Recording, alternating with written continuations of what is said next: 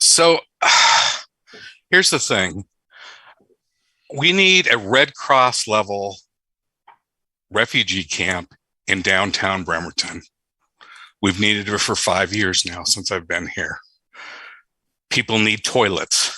They need showers. They need laundry facilities. They need food. They need water. All of this in downtown Bremerton. That has been going on for years now. And we're going to need this camp set up for probably the next 2 years.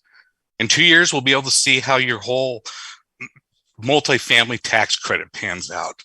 In 2 years, we may be through the bulk of the eviction crisis that is about to hit you people.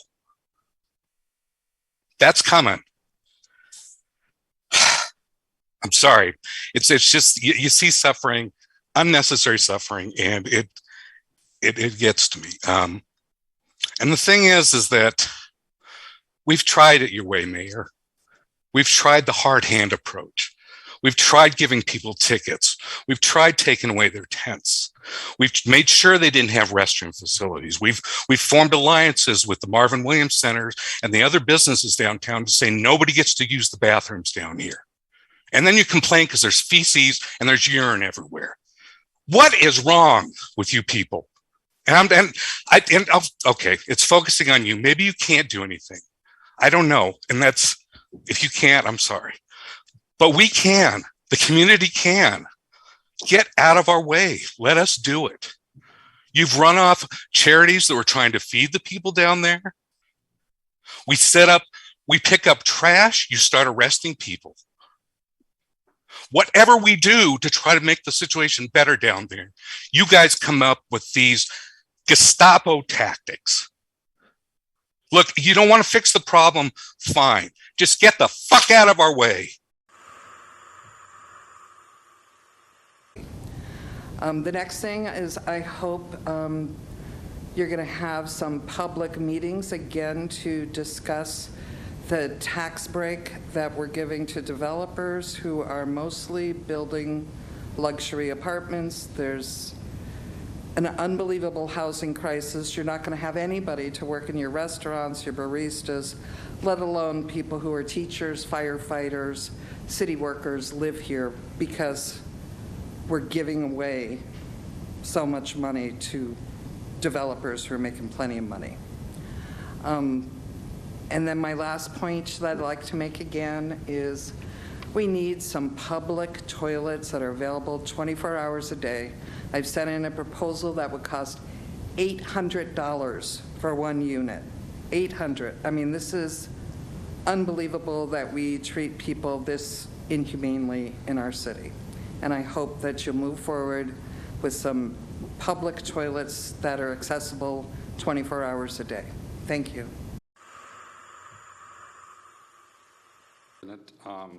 Just addressing one of the public comments real quick on the public restroom.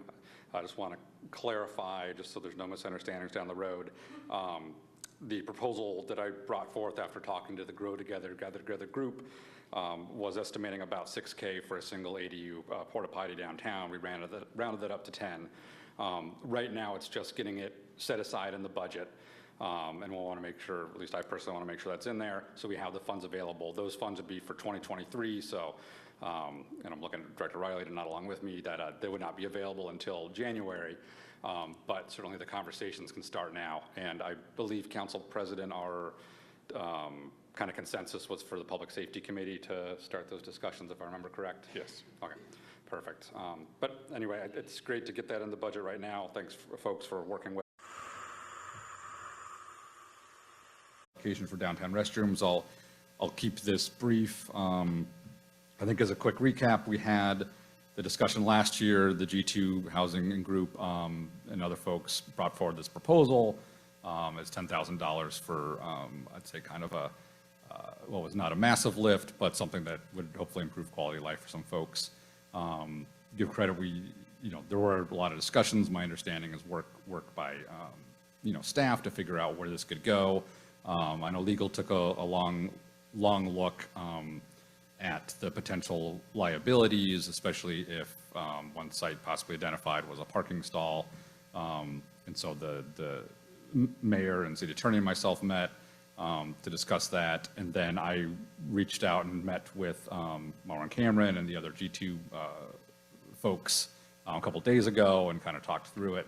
At the time, it was understandable that this is probably not going to work legally from the city, but that, I really appreciate folks looking into it, the feasibility, and that they were okay with moving on to look at a different way to spend this money and would reach out and set up a meeting, especially with PCHS and Salvation Army, that I'd be happy to attend to brainstorm if there's a way to use this 10,000 to maybe work towards a more permanent solution with one of those providers as an option, snowballing the money. And then tonight I heard from one of the group members right during the middle of the meeting that they were maybe wanted to move forward with the public restroom again. So I will keep talking with them and see where they're ultimately landing at as far as their request goes. But I think we've got a lot of time left in the year on how we want to spend this money. So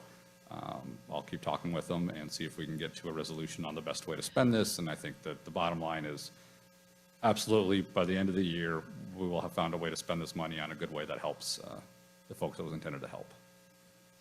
So if there's any questions there, Anna, I heard a... President Coughlin. Okay. President Coughlin. Perfect. Sorry, the phrase, and then I'll go to Jennifer. Did I misspeak something? I'm so sorry. Okay. All right, sorry, Jennifer. Sure, I'd love to be able to collaborate with you on these discussions. Are you open to inviting me to the next conversation that you're going to have regarding it? I haven't been included with it, but up to this point, so I'd love to be involved if that's okay. Yes, no, I think that'd be great. We'll work together on it. All right, thank you. Cool. Other general counsel business? Absolutely, yeah. It's a tough one. It's been a long, good conversation. I appreciate everybody working on it. Yeah. Since right. it's been The other things that have came to light and that continue to come to light is the lack of access to the bathrooms. And so we have individuals that are still using the streets as bathrooms because there's no other place for them to go. And that causes quite a concern, as we've spoke about ad nauseum, about the issues that come with no public bathrooms down there. But the other issue, and it's becoming such increasingly important because of the cold weather that we're having. And as we get the rain and the cold weather, we really need to have the ability for people to protect themselves from the elements. And with this anti-camping ordinance, although it's not being as enforced as broadly as it has been in the past when it was first enacted, we do see that people are unable to have anything that provides any kind of shelter for them. So we've got individuals that are starting fires to stay warm because they don't have access to any kind of covering. And so that poses an even bigger risk to the city of Bremerton